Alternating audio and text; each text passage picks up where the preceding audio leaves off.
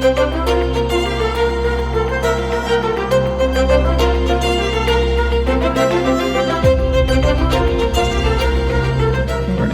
we're recording now. I didn't record the last bit, don't worry. I'll save it for later. Greetings, and welcome to the Talk with History podcast. I am your host, Scott, here with my wife and historian, Jen. Hello. On this podcast, we talk about history's continuing impact on us and our personal journey through YouTube as we continue to explore, record, and share our history walks with you. Now, Jen, before we get into our main topic, I want to briefly ask for a review from our listeners. Apple Podcast reviews can get you, if you leave us one, on a future episode with a 5-star shout out. And if you don't have an Apple device, you can ask us questions over at Twitter at Talk with History on Twitter, or you can reach out to us through our website. Also, don't forget to check out our other podcast, The History Buzz, where we interview folks while chatting about history over a couple of drinks and let the conversation wander where it may.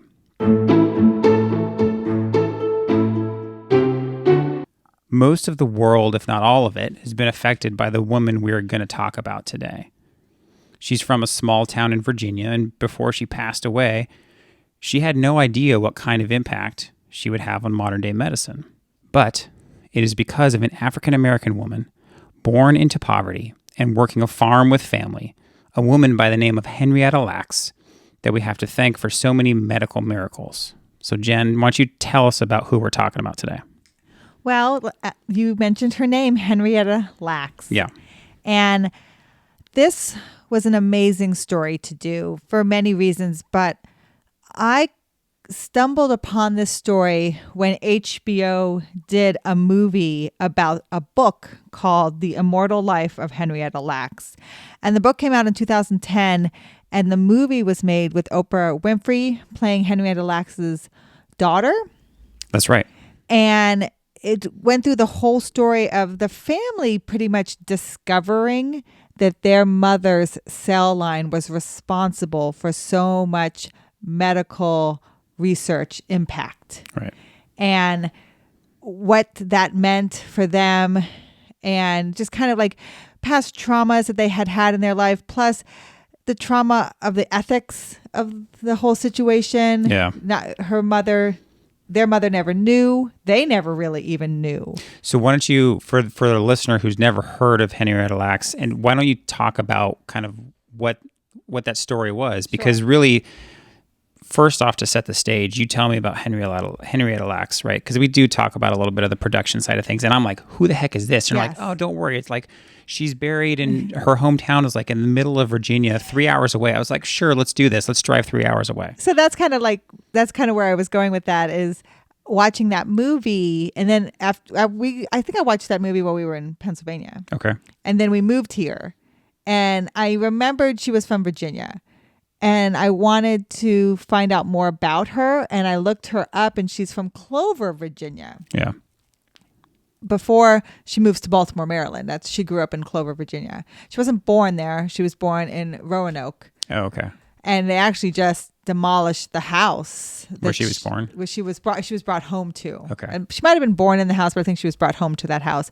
And people tried to save it. It was very old and dilapidated, but they tried to save it, and they couldn't save it. But living here in Virginia now, looking up Clover, Virginia, and I had said to you, let's go there and make a video about her and her life and her impact. And we drove out 3 hours to Clover. So what's the big draw? Like, what is her, why don't you tell listeners what her legacy is? Because when I learned about it, I was like, oh my gosh. So what's very interesting about Henrieta Lacks, when you say what is the big draw, it's most people don't know the big draw. I had zero clue. She has a historic marker, but no one knew where her grave was. And we'll talk about that some more. She should be more well known than she is. And that's what her family wants to know. Yes. Like her family wants people to know more about her. So let me give you kind of a background in the story of Henrieta Lacks. Lacks Town is an ancestral farm tobacco area for the Lacks family. And Henrieta Lacks was born Loretta Pleasant, August 1st, 1920, like I said, in Roanoke, Virginia. And she was born to Eliza Pleasant and John Pleasant. her name changed sometime in her younger years to Henrietta, and she got the nickname Henny. In 1924, when she was 4, her mother dies, giving birth to her 10th child. And her father is unable to care for all the children alone. So he moves the family back to Clover, Virginia, where they're from. They're both from there. Okay. So that's where they have extended family. Right. And he moves back there because he has to distribute his children. Yeah, amongst his family to take care of them because he can't do that. Yeah, the ratio of 1 to 10 for kids, that's I don't know if that's possible. Sure, and he has to work, I'm sure. Yeah. So he has to go where there's family. Right. And Henrietta ended up with her mother's grandfather, Thomas Henry Lacks. And it's a 2-story log cabin that was once a slave quarters on a plantation that had been owned by Henrietta's white great-grandfather. So you can unpack that. And his last name was Lacks. Yeah.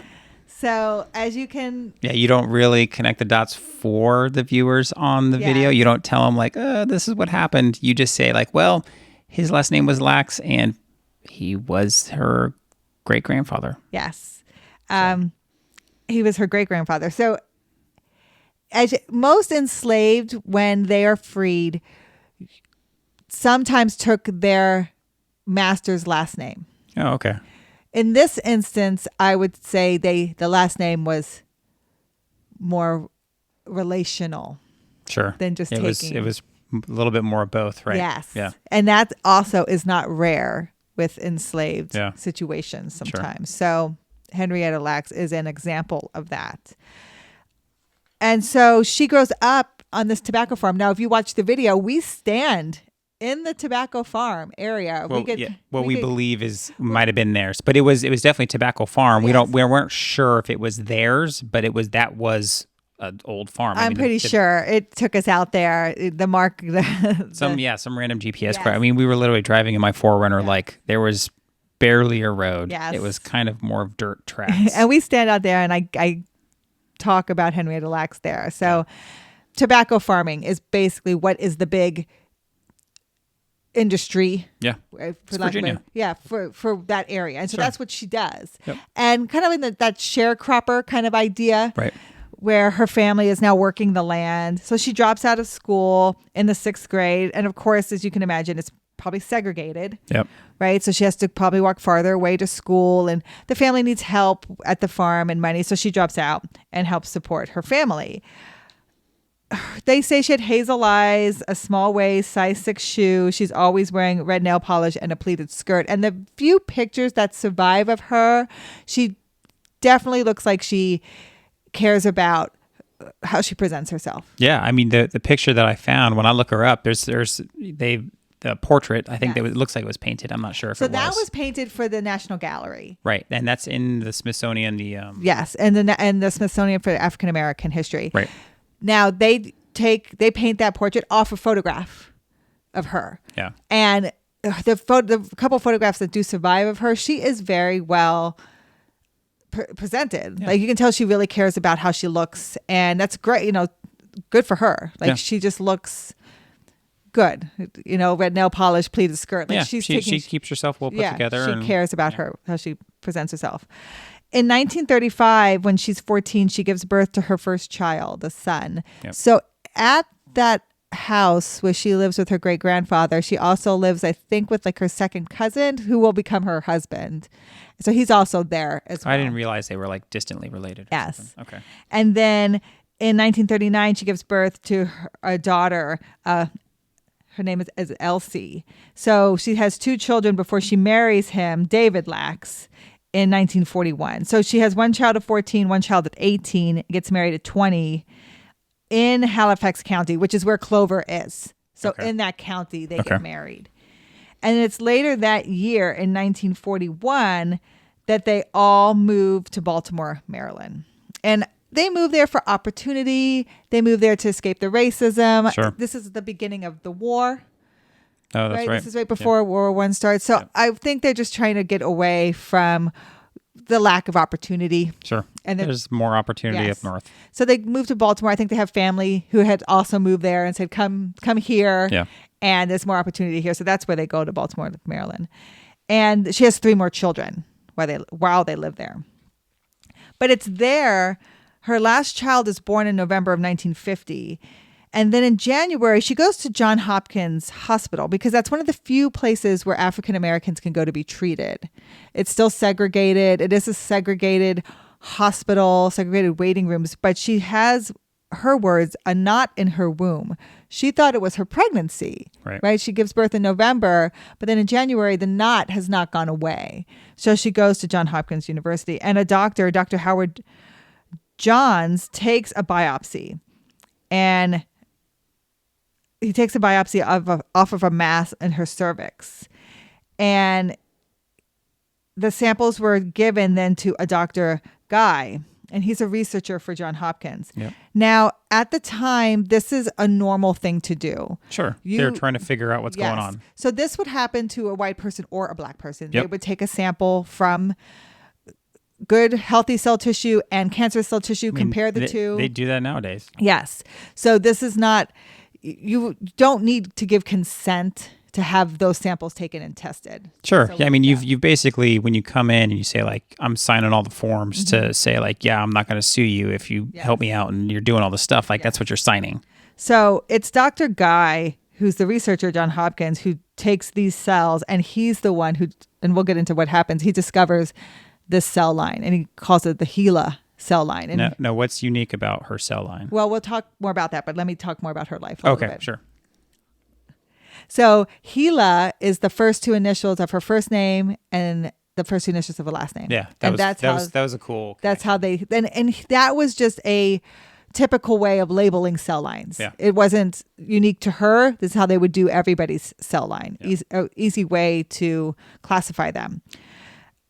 She goes back to the hospital for severe abdominal pain in August of 1951. She stays there, and she dies in October 4th, 1951. And she's buried in Clover in an unmarked grave until 2010. And she dies at 31 years old. Yeah. So what happens is Dr. Guy, after taking these cells, he notices that they not only produce at a high rate, but they stay alive. They don't die.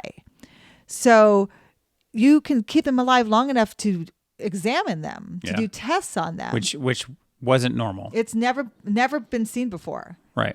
Most cell lines die quickly. They can't survive outside the body. They don't multiply like that. Now, was it, these were like the cells that were already affected by the cancer? So they're not sure quite what happened. What happens is, what I believe when I was reading is they took a cell from the cancer, so a mutated malignant cell. Sure.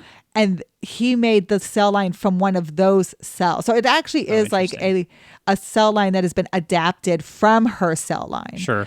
So it isn't quite technically a healthy HeLa cell. Right. It is a cancerous, and then it's a line that's been made from that. Right. And they're the first cells that could be divided multiple times without dying. And that's why they're called immortal. So that's why it's the immortal Henrieta Lacks. And it's not even so much that it's like, cells, there's, I've never claimed to be good at science, right? But so you can split a cell, I'm assuming tons of times, but it's basically, it just won't die. It won't die. Like this to this day, right? As we are recording, it's 2022. Her cell line is alive. It's alive. It's the one that's been used. It's for biomedical research. It's the most contemporarily used cell line. Yeah. It's just, when I heard that, one, you kind of think like, does this woman have like superpowers? Like, yes. It's crazy. So that's kind of what we talk about in the video is I equate her to Wonder Woman. Yeah. I equate her to the closest thing you will ever know to a superhero. Sure. Because, those superheroes, their cells regenerate quickly. They don't die it's because like Wolverine. Yeah, they can heal fast. Yeah. Right? Now, it's not quite the same thing, but it's the closest thing you'll get to it. It's because her cell line, that one specific cell, it repeatedly divides and divides and divides, and they can make samples of it and send them off in all the little vials. And these have led to huge breakthroughs. Like the HeLa Cell line developed the polio vaccine. Yeah. The HeLa Cell line developed the AIDS. It did the AIDS research, cancer research. It's the first cell that was cloned in 1955, and there's 11,000 patents that the HeLa Cell line has developed. And if I remember right, when I was making the video and doing my little bit of post, right, what all the research that you do, right, I'm looking up stuff.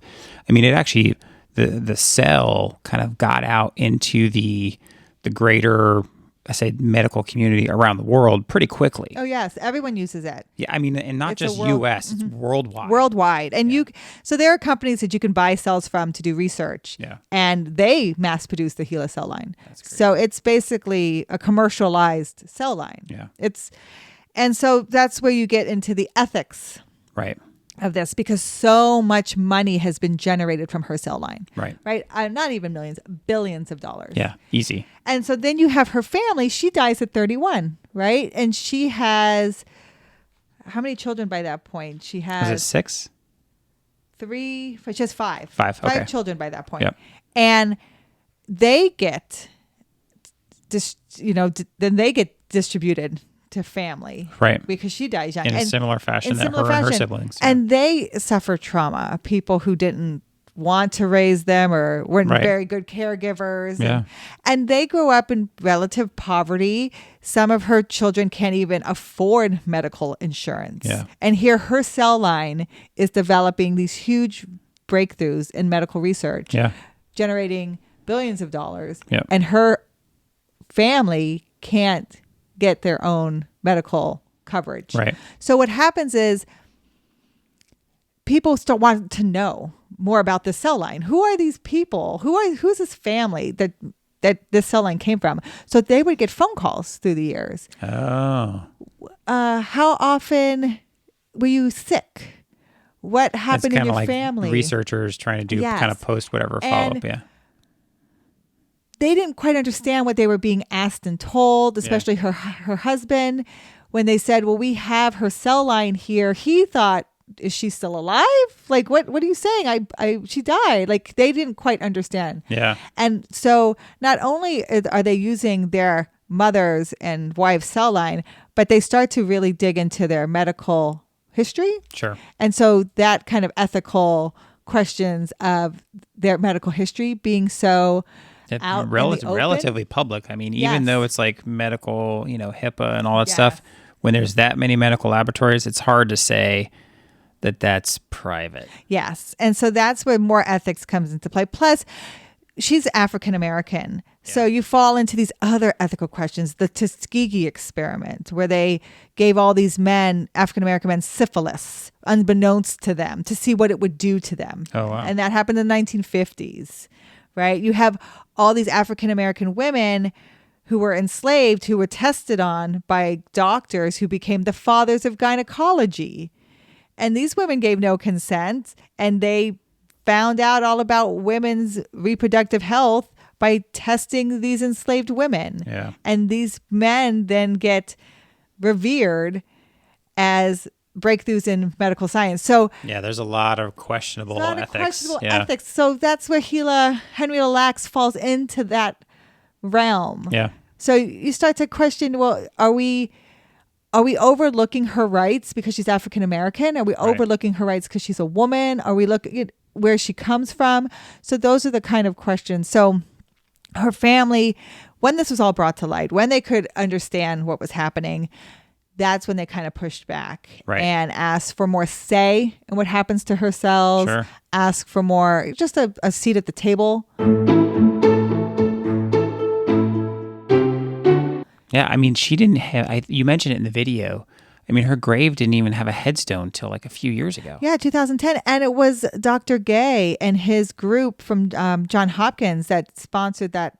I didn't realize that. They are the ones who paid for it. That's actually kind of cool. It is. I mean, they never admitted any wrongdoing. That's and they never apologized, but they would do stuff like that. Sure. Right. So very aware of what they're doing and saying without saying it. Yeah, I didn't realize that they were the ones who helped do that. Yeah. And then I think they've also funded like some other family headstones. I don't know if it's them, but like the family has raised money for Elise, for Elsie, who had a hard life because she was born with a mental handicap and then she was institutionalized. Yeah. The family, when they knew that Henrieta Lacks was getting a tombstone, the family raised money to make sure that she had one as well. Yeah. So that's where when you see the two tombstones, they look relatively newer. Yeah. And that's why. That's if you can find.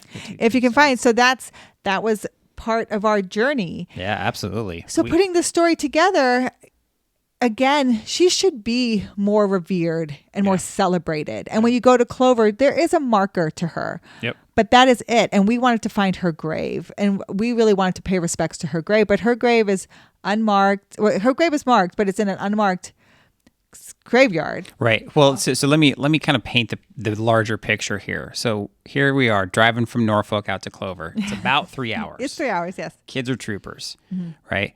The marker is pretty easy to find. That's the first thing I think that we found. It's right off the kind of little main highway freeway there. So we find that, and then we kind of like, you had done your kind of research ahead of time and be like, okay, I think this is where either her husband's grave might be. So we went to find a grave. We went to find a grave. And find a grave usually gives you like a GPS coordinate. Yeah. And it gave us a GPS coordinate for her for the marker. Oh. On the side of the road. Yeah. And then usually what I do when I do grave research, these are the kind of helpful hints that I give, is look up a spouse or a child that's buried close by, and sometimes it'll give you that marker. Yeah. And you can find them that way. So we did her husband. That's why we went over there. And for David Lacks, it gave us that GPS coordinate right in that tobacco farm area by the barn. And so to anybody listening, I would not recommend trying to drive out to... You need a four-wheel drive vehicle. You need a four-wheel drive vehicle. We were driving like off, I think there's a sign that's like, you're no longer driving on like state-funded roads, right? It's all of a sudden it was dirt and gravel and, just kind of, we're out there in the boonies. So that's where I thought the graveyard was. And that's where I thought it kind of would have made sense. Sure. So we looked around, couldn't find it. And I knew she had a tombstone. I knew she had a memorial marker. We weren't seeing anything. We weren't seeing anything like that. So we drove back out, and as we're driving out, we see a car on the side of the road. And I told Scott, I'm just going to ask this person because we're in a small town. I grew up in a small town. I know small town people. And thank God you did, because I am not that person. Maybe it's just because I'm a guy and I don't want to ask directions. But I was like, we can't find this. We're driving back out. Just like one little road. Yes, right? Was it Lacks Road? Lacks Road. Lacks Family Road. Lackstown Road. Lackstown Road. So we drove in Lackstown Road all the way till the dirt off the incorporated part of it, back in the boonies back there.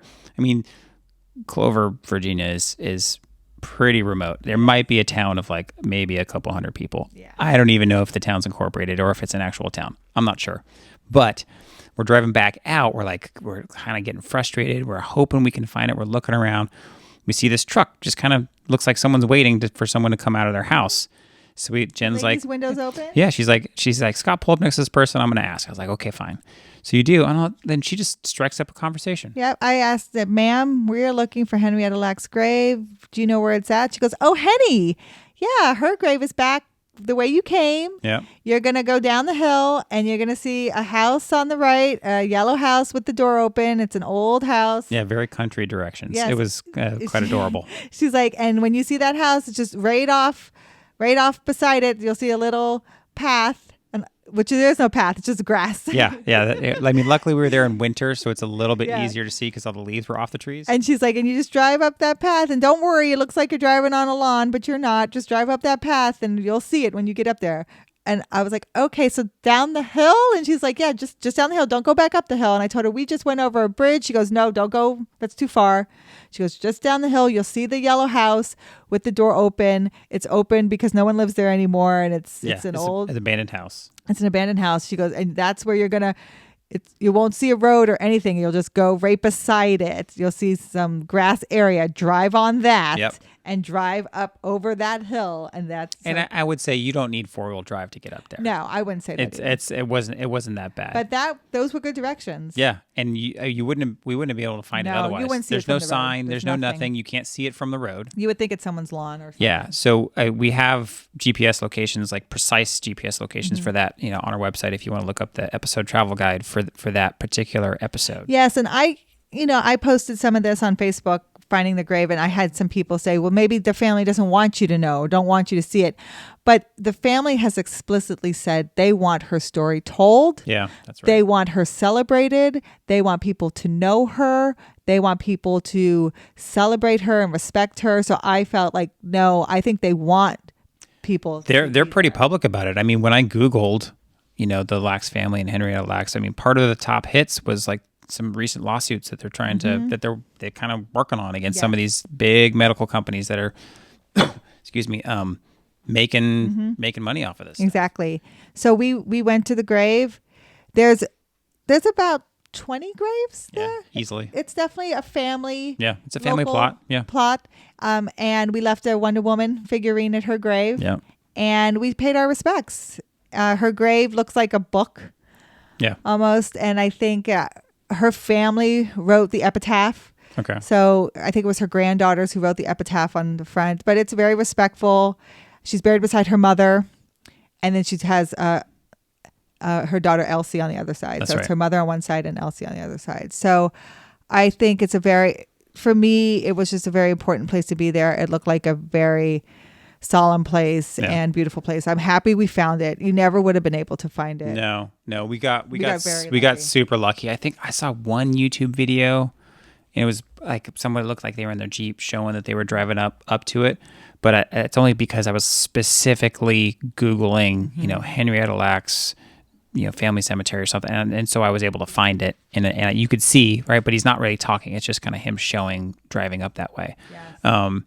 But really learning about her in general, and then learning the legacy that she left through medicine and the history there, it was quite incredible. Yeah, here is a person who her life and her cells have made an immeasurable impact on all of us, on medicine. Like, there's nobody really who has not been touched by what her cells have been able to produce in the medical world. The COVID vaccine. Yeah. I mean, so it's the world. Again, this is 2022, right? So if you're listening to this in the future, it's 2022 right now. The COVID vaccine, right? They used her cells to develop that.